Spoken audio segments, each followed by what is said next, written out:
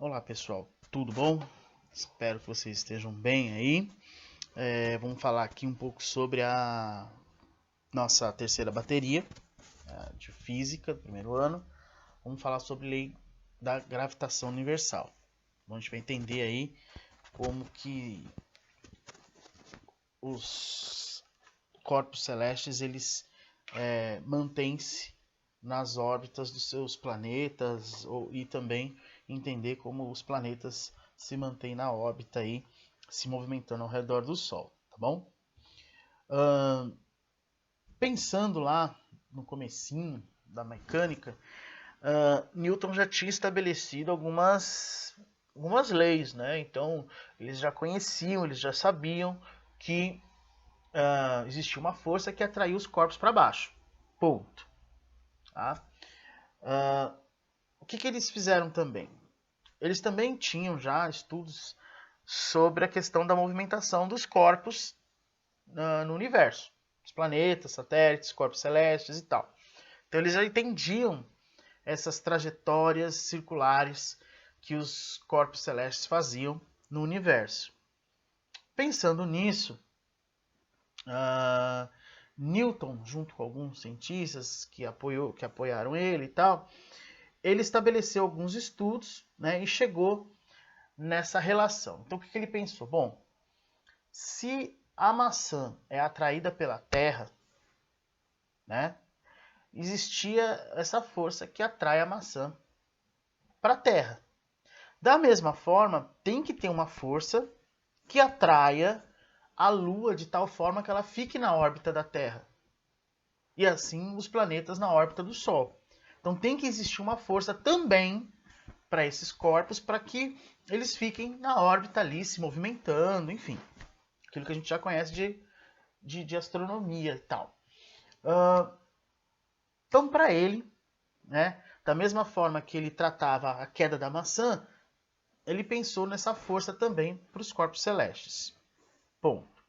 E aí ele criou essa lei, baseado em estudos, ele criou essa lei dizendo que todo corpo ele sofre uma ação de uma determinada força, e essa força ela está relacionada a uma constante de gravitação, que vai ser G, tá? Uma constante gravitacional, uma constante de gravitação, e ela é proporcional à massa desses corpos celestes.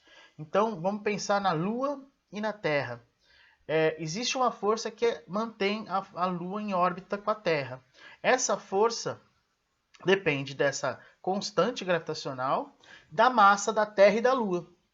Tá? Então, a Terra tem uma massa x e a Lua tem uma massa y. Essas duas massas elas estão relacionadas para que essa força exista.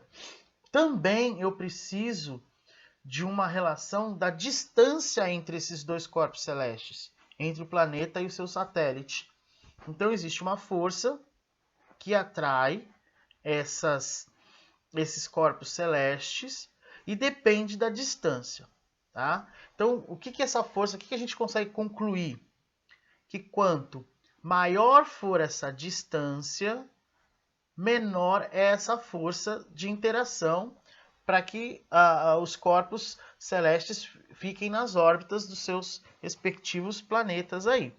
Então, se a Lua começar a se distanciar do Sol, vamos supor, né, imaginar isso, quanto mais distante for esse corpo, menos é essa força de interação, essa força que atrai esse corpo para essa órbita, e aí ele sai da órbita da Terra, por exemplo. Tá bom? Ele foge da órbita, porque ele está tão longe que a força é pequena, não consegue manter ele na órbita dele. Tá bom? Essa então é a lei da gravitação universal. Eu tenho uma constante de gravitação que depende das massas e depende da distância entre os corpos. Tá bom? Isso é a lei da gravitação e funciona para qualquer tipo de corpo celeste aí. Tá? Então vamos pensar aqui, uma maneira bem prática, vamos determinar juntos qual que é a força que a Terra exerce sobre a Lua, tá bom? Então a gente já sabe que a Lua é o nosso satélite, tá? Ele está em órbita com a gente, né? Tá lá, a gente vê, né? Nos períodos que a gente consegue enxergar, né? Dentro das semanas do mês. E vamos entender essa força que faz com que eu consiga manter um corpo em órbita do outro. Então vamos lá. Para que eu consiga fazer essa conta e saber qual é essa força, que é enorme, não é pequena, eu vou pegar a massa da Terra, que é cerca de 5,9 vezes 10 a 24, então é bem grande a massa da Terra. Vou pegar aqui a massa da Lua, que é bem menor, né? Bem menor, mas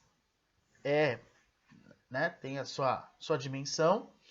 E a distância entre elas, a Lua e a Terra. Então a distância média fica em torno de 3,84 vezes 10 a 8 metros. É mais ou menos por aí a distância entre os dois.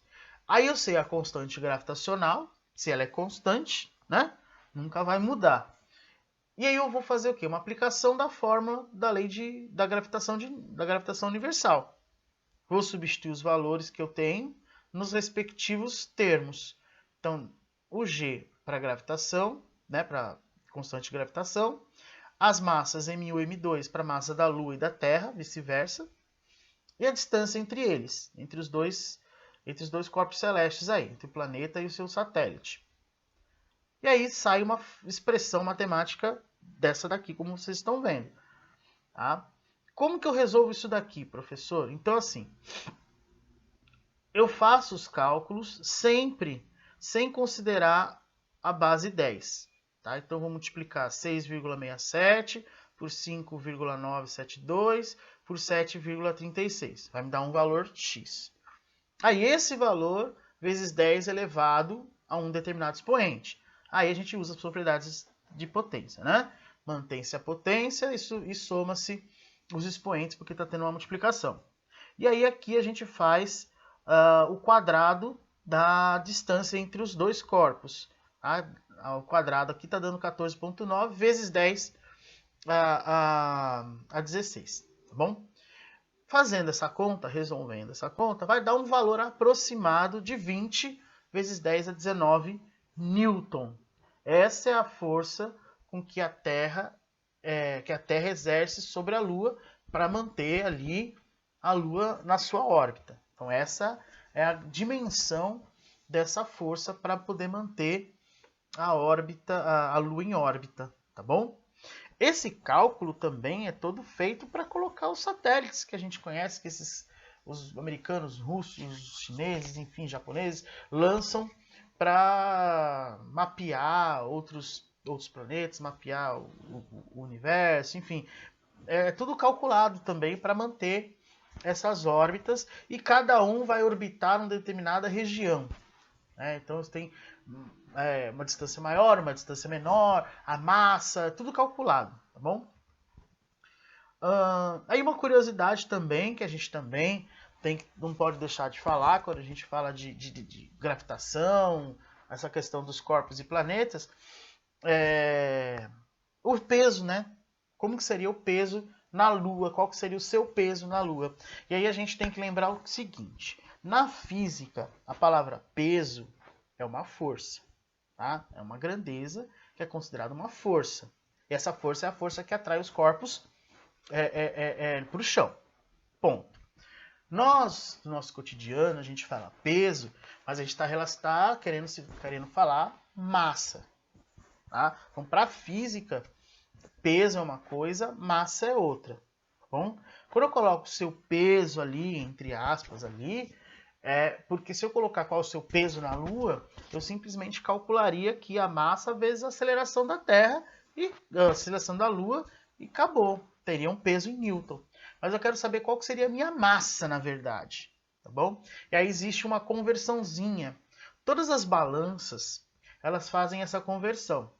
Tá bom? 1 kg força equivale a 9,8 Newton. É uma conversão. Tá? Então, essa é uma conversão que já é feita, estabelecida, depois vocês vão entender como a gente chega nela. Pensando no peso. Então, peso é a relação da massa pela aceleração do local. Né? Então, existem locais na Terra também que têm aceleração diferente. Por isso que nem em todo local que eu faço Jogos Olímpicos. né? Eu tenho que ver realmente onde que é o local, porque tem espaços na Terra, tem locais na Terra que eu tenho a gravidade um pouquinho maior, a aceleração um pouquinho maior, um pouco menor, e isso dá diferença em alguns tipos de práticas esportivas. Por isso que não é em qualquer lugar que se faz. Mas enfim, sabendo que a aceleração da gravidade na Lua é de 1,62 metros por segundo ao quadrado, né? E aí você tem essa relação de 1 kg força igual a 9,8 newton, eu consigo determinar o seu peso, entre aspas aí, de uma pessoa na Lua. Então vamos pensar que essa pessoa tenha 70 quilos. Quanto que ela vai pesar na Lua? Então eu vou usar a fórmula, massa vezes aceleração, está me dando 113,4 newton. Esse é o peso, tá?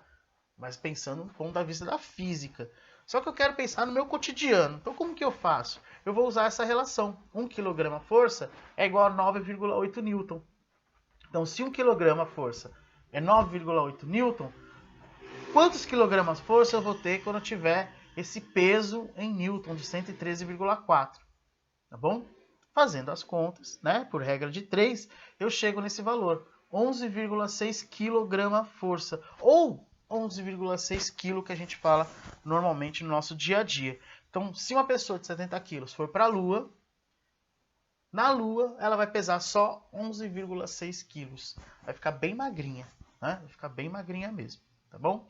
E aí você pode buscar outras informações, que é o que tem aí na apostila de vocês. Lá tem um exercício lá que te dá uma tabela de valores de aceleração, né?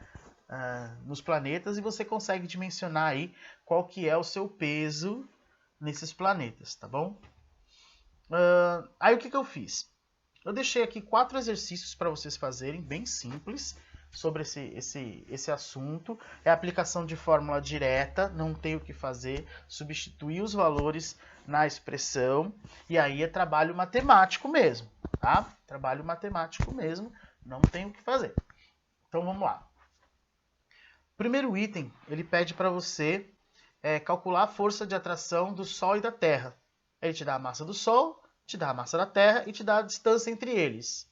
E a força e a constante gravitacional. Aplica direto na fórmula, já era. Aí você tem 2 navios de 300 mil toneladas, eles estão separados por 100 metros entre os seus centros, né? Então, a distância entre eles é de 100 metros. Você tem também a constante gravitacional, e você consegue saber a atração entre esses dois corpos, tá bom? A mesma coisa o item 3, tá bom? Quando ele fala módulo, é porque é sempre valor positivo, tá bom? E aí calcular o peso de uma pessoa, né, em Vênus, né, aproveitando que Vênus aí acharam uma possibilidade de micro-organismo vivo lá, Vênus, Marte e Júpiter, tá bom? Você tem a aceleração da gravidade nesses 3 planetas, é só usar a formulinha que a gente já calculou ali do peso no planeta. Então, tá aqui o meu contato. Se vocês precisarem de ajuda, entre em contato que aí a gente ajuda vocês a resolver essas atividades, tudo bem? É isso aí, gente. Valeu, obrigado e até a próxima.